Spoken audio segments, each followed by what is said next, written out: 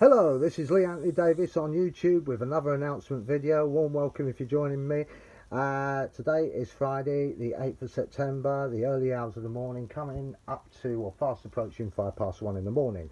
Right, coming up is Group of the Day and Contributor of the Day. Also birthday announcements, not forgetting Doctor Who news, updates on page and group of mine, and a Doctor Who question, as well as show you some Doctor Who merchandise.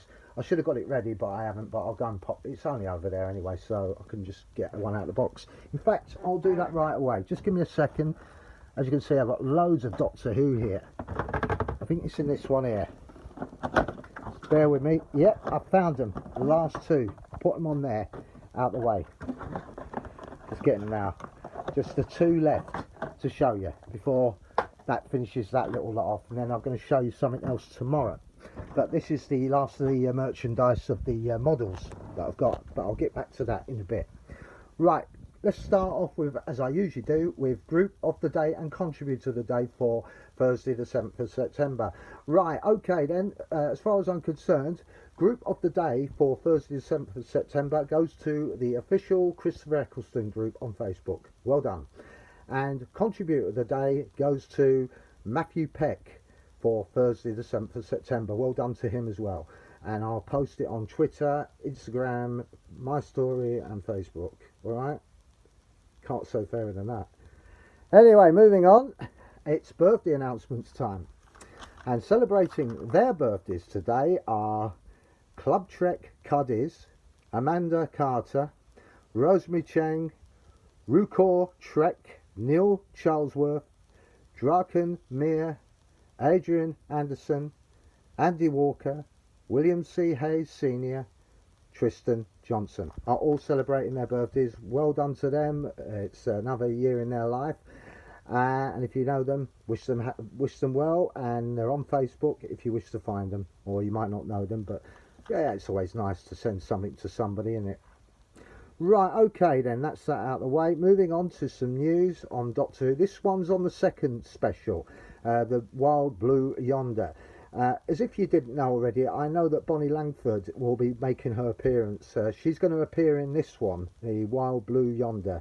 And also, now get a load of this, the Doctor is going to get a penguin for a companion, a talking penguin. I always said that there's too much pantomime being added into this, and I think it's becoming ludicrous. But anyway, that's my opinion. The penguin reminds me of something you'd see in penguin books, or what was the other one? You know, that animation penguin? Penguin. Oh, it's worse than remember Chameleon from the 1980s. Peter Davison had to sort of interact with this bloody pointless robot that just didn't move, didn't walk, didn't talk. When it did get going, it just didn't work properly, did it? And they had to get rid of it as quickly as possible. It sounded good on paper, and the same with this. It might sound good on paper, but practicality, I'm afraid not. I think that Mr. Davis is trying to do something special, right? But I don't think this is going to work. A talking penguin, what the hell's that all about, you know? It's the sort of thing when you're on drugs or something, you see a talking penguin coming out, you're a talking horse, you know.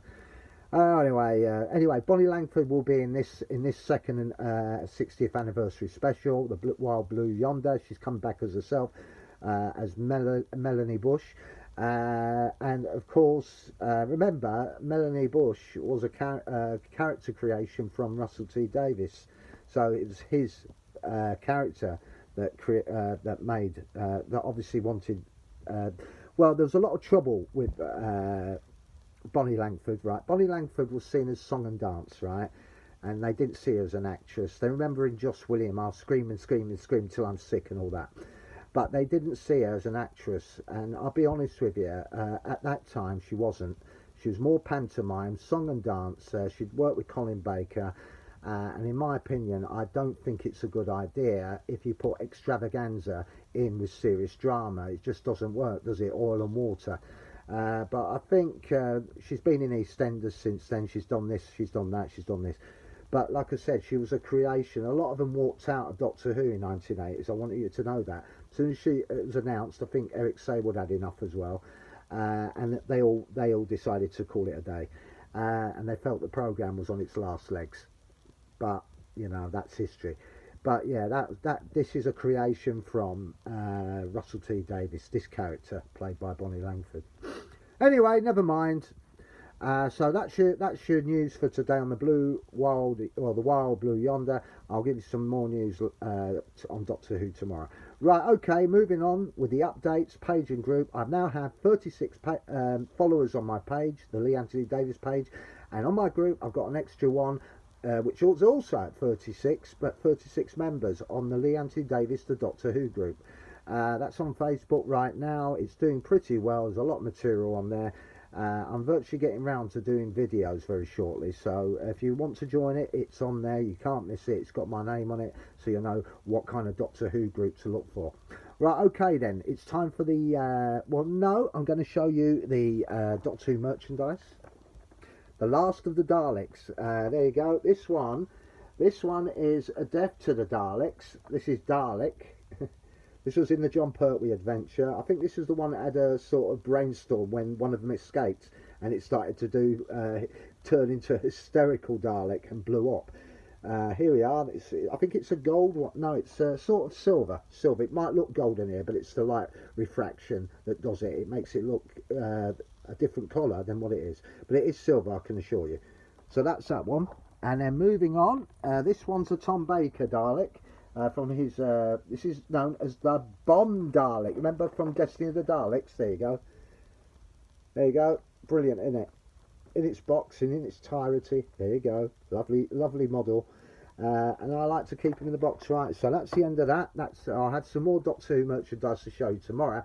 Right now, we come to the end of the night with this video to tell you about the quiz question. Yesterday I asked you who supplied the BBC with their first Daleks, and also you got to remember they were also supplying James Bond and many other sort of big set productions, but the answer is Shawcraft. Shawcraft supplied BBC with the Daleks. They were a sort of, they made models, but they were also are into they actually do aviation these days, I think. So they create engines, and they fly planes, they make planes or whatever. Not in the same caliber as Lockheed or anything like that. But anyway, that's what they do, and that's probably what they're still doing now. They're still going. They were situated in Uxbridge in London. But they were the first suppliers of BBC's The Daleks. That's where they got the Daleks from the 1960s. Anyway, that's the end of that question. So did you get that? Shawcraft models.